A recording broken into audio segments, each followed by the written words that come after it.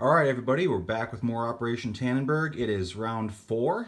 It is the second round of the Chinese National Protection War, and the Republic of China goes first.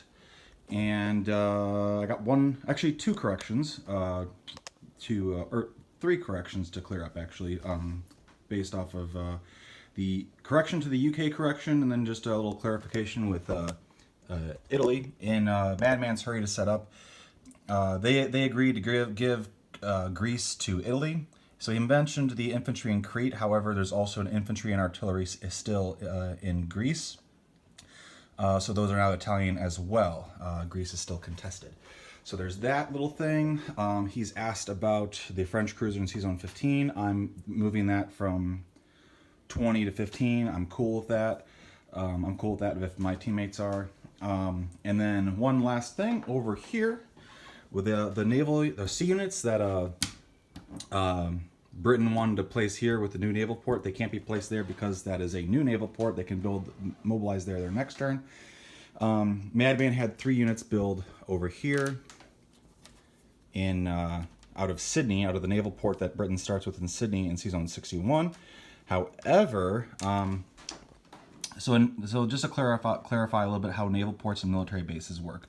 A naval port and a military base each can potentially build up to or mobilize up to 3 units, pairing with the IPC value of the territory, however. So since New South Wales is only 2 IPCs, that means only 2 units can be built in and out of this territory, whether that's 2 units in Sydney or 2 units in C-Zone 61 or 1 of each. The max amount of units here, period, can be 2. So he can't build 2 cruisers and a sub here, so he is, Madman is requesting, and I am obliging, 2 cruisers will be built here in Season 61, and instead of building a sub, the British Empire is going to build, for the same value, 6 IPCs, another transport, or actually, sorry, their first transport in Season 20. So that is where that's going to go, so no British sub in the Pacific. Get that out of the way. Okay. I think that clarifies things. Oh, and over here, just not a huge deal, but just the way that I do trench works and barbed wire. Every game of Kings and Kaisers has a different tech that all of a sudden is like the hot tech of the game, and this is our first game with lots of trench works in play, which is pretty cool. But so basically, so you put a trench works down, and if you get a second trench works, you can upgrade a trench works that's in play with barbed wire. Now, that's not to say that the trench works gets removed and becomes barbed wire. It basically just joins in there with it. The barbed wire, if you attack it with a tank, with 1 tank, it knocks out the barbed wire. So that's really the only addition. But basically, trench works can absorb up to 3 hits. Defensively, and if it has barbed wire, it can absorb up to 4. But if you attack it with a tank, the tank knocks out the barbed wire, right? So then it goes back down to 3.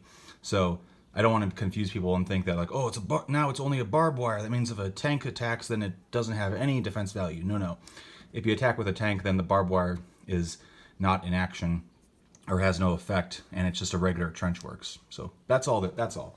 Anyway, so, okay, without further ado, on to China. And it's very exciting because this is the first YouTube video of China that I'm doing with the new updated roundels for the Republic of China that we are going with. So this is the new roundel that we're going to use for the Republic of China. HBG carries it.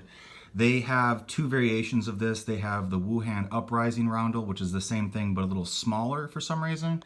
And then this is listed as a Fengshan Click Warlord roundel.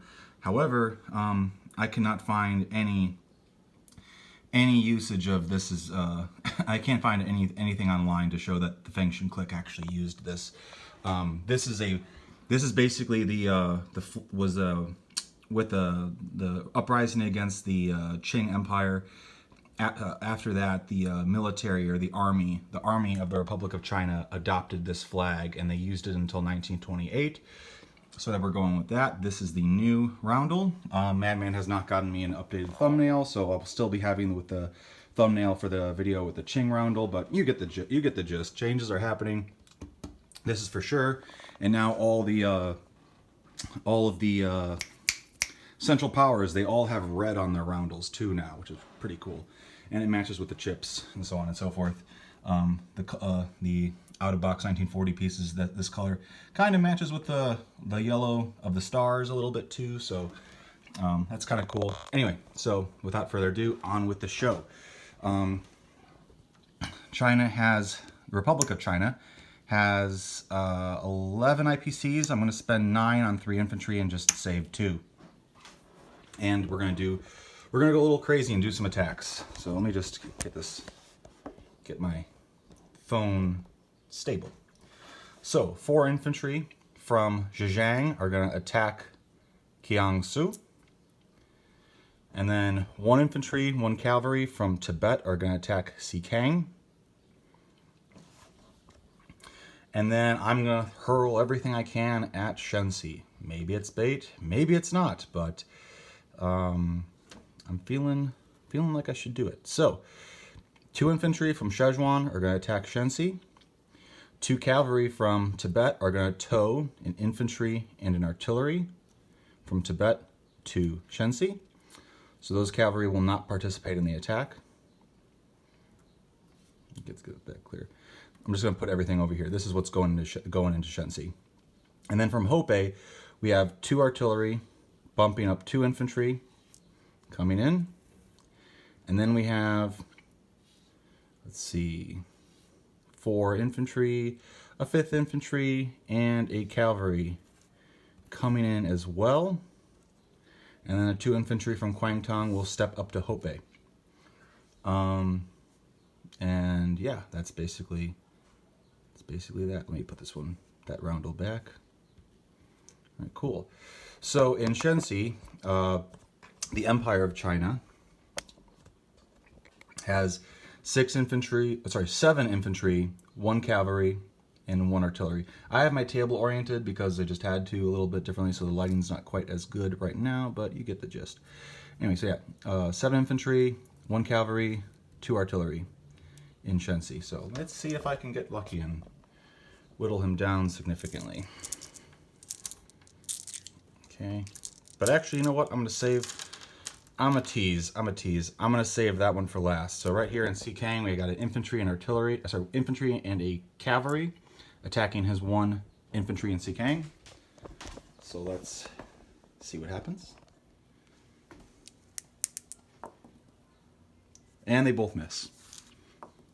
And of course he hits. So I will take the cavalry, and the territory is now contested. Okay. Down 1 for Empire. Okay. And then we got 4 infantry at 2 attacking 1 infantry in Jiangsu. Okay, I got exactly 1 hit. He returns fire, and he gets a hit. Ooh, the 1s are hot. Okay. So 1 for 1. I take the territory.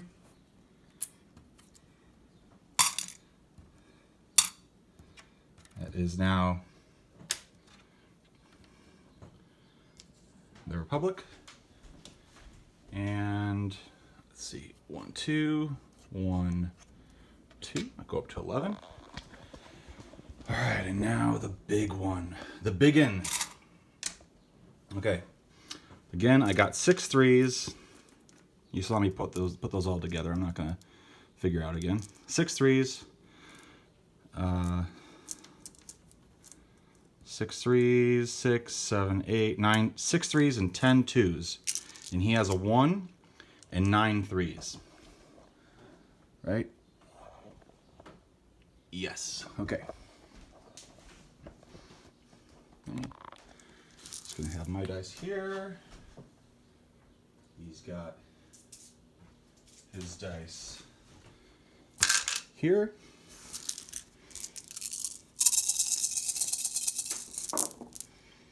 Okay.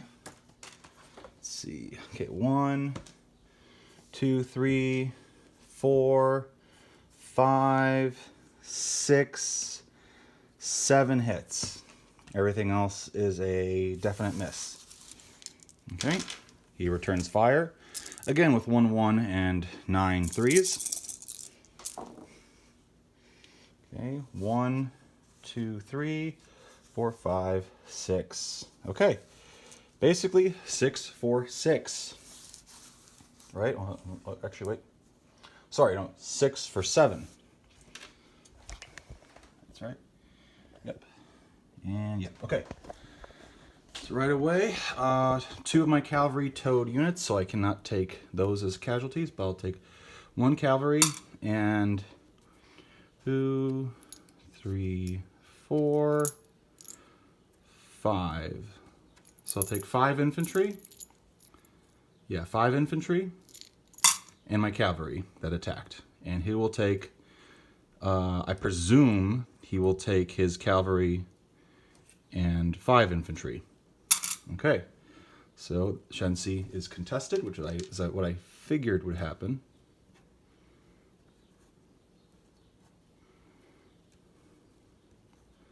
Okay, yeah, alrighty. Okay, so Empire goes down, 1 more buck. 1 more buckaroo. Okay, and the new units, 3 infantry. I am going to place all 3 infantry in Hope.